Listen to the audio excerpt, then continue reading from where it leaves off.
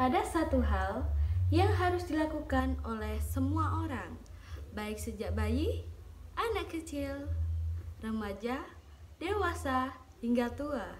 Hal itu adalah belajar.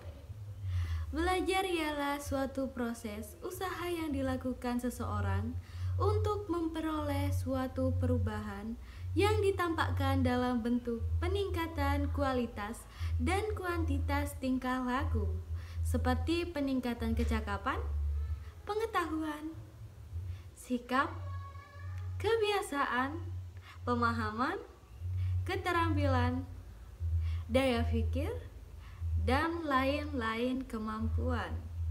Belajar bagi para siswa hingga mahasiswa adalah sebuah kewajiban, sebagaimana predikatnya sebagai pelajar. Pelajar yang baik tentunya harus belajar dengan benar. Belajar yang baik adalah belajar yang menghasilkan peningkatan pengetahuan, sikap, dan keterampilan. Namun, ada satu permasalahan. Apakah belajar kamu sebagai pelajar sudah benar? Jika belum, mari simak 5 cara belajar yang efektif dan efisien ini. Pertama, jadwal belajar harian. Yang perlu kamu lakukan pertama adalah membuat jadwal belajar harian.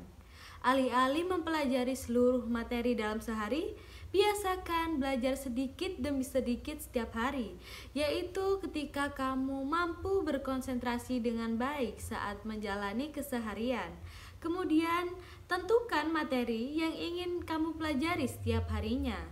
Tulis jadwal belajar dalam agenda atau catat di secari kertas, lalu tempelkan di tempat yang mudah terlihat. Setiap orang merasa berenergi pada waktu tertentu.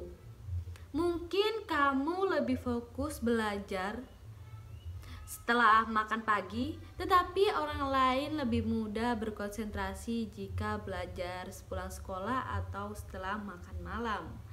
Cari tahu waktu belajar yang paling tepat untuk kamu. Saat menentukan jadwal belajar, pertimbangkan juga aktivitas lain yang harus dilakukan sebagai bagian dari rutinitas harian. Misalnya berolahraga, mengikuti kursus, dan lain-lain.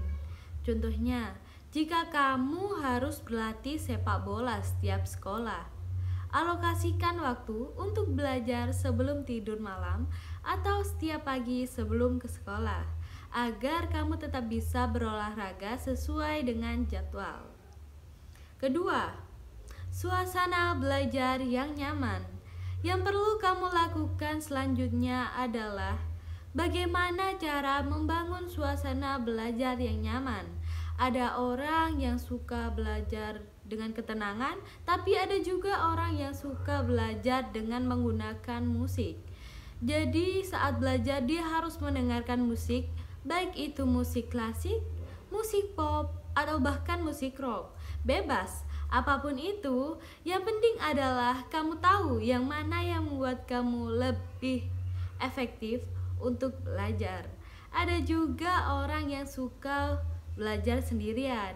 Ada juga orang yang suka belajar secara berkelompok. Boleh, tidak ada salahnya. Yang penting kamu sendiri tahu apakah dengan cara itu pembelajaran kamu bisa efisien atau tidak.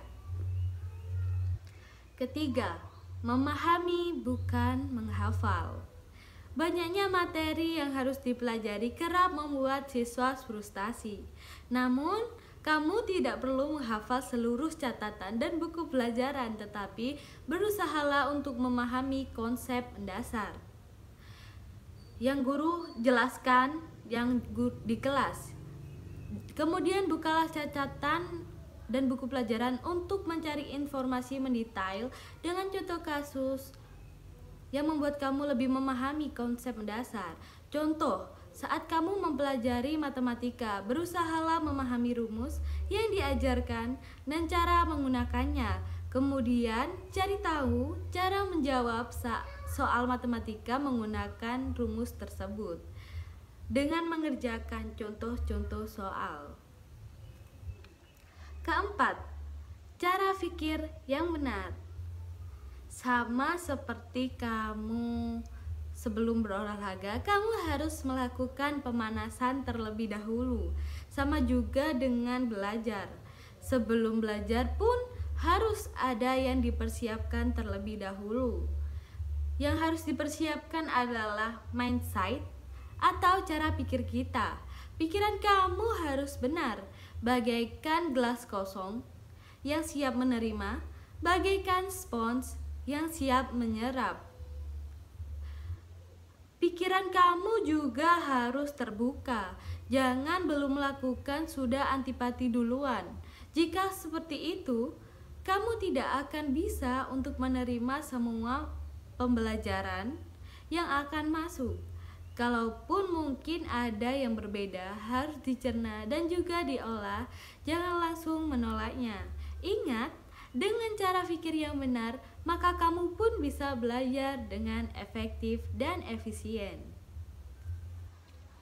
Kelima, evaluasi hasil belajar. Yang perlu kamu lakukan terakhir adalah melakukan tes secara mandiri untuk mengevaluasi hasil belajar. Setiap selesai belajar, sisihkan waktu 15-20 menit untuk melakukan tes secara mandiri. Dengan mengerjakan soal latihan, kamu juga bisa meminta teman atau anggota keluarga jika menguji kamu dengan mengajukan pertanyaan dan memeriksa benar tidaknya jawaban yang selesai kamu kerjakan. Jika jawaban kamu salah, cari tahu jawaban yang benar dengan mengerjakannya ulang. Atau kamu bisa menanyakan kepada guru ketika di sekolah. Jadi itu dia 5 hal yang harus kamu ketahui. Jadi ingat, walaupun kamu suka belajar, jangan sembarang belajar ya, karena belajar juga harus dengan cara yang tepat, sehingga belajar kamu bisa menjadi efektif dan efisien. Jadwal belajar harian, suasana belajar yang nyaman, memahami bukan menghafal, cara pikir yang benar, dan evaluasi hasil belajar yang benar. Oke?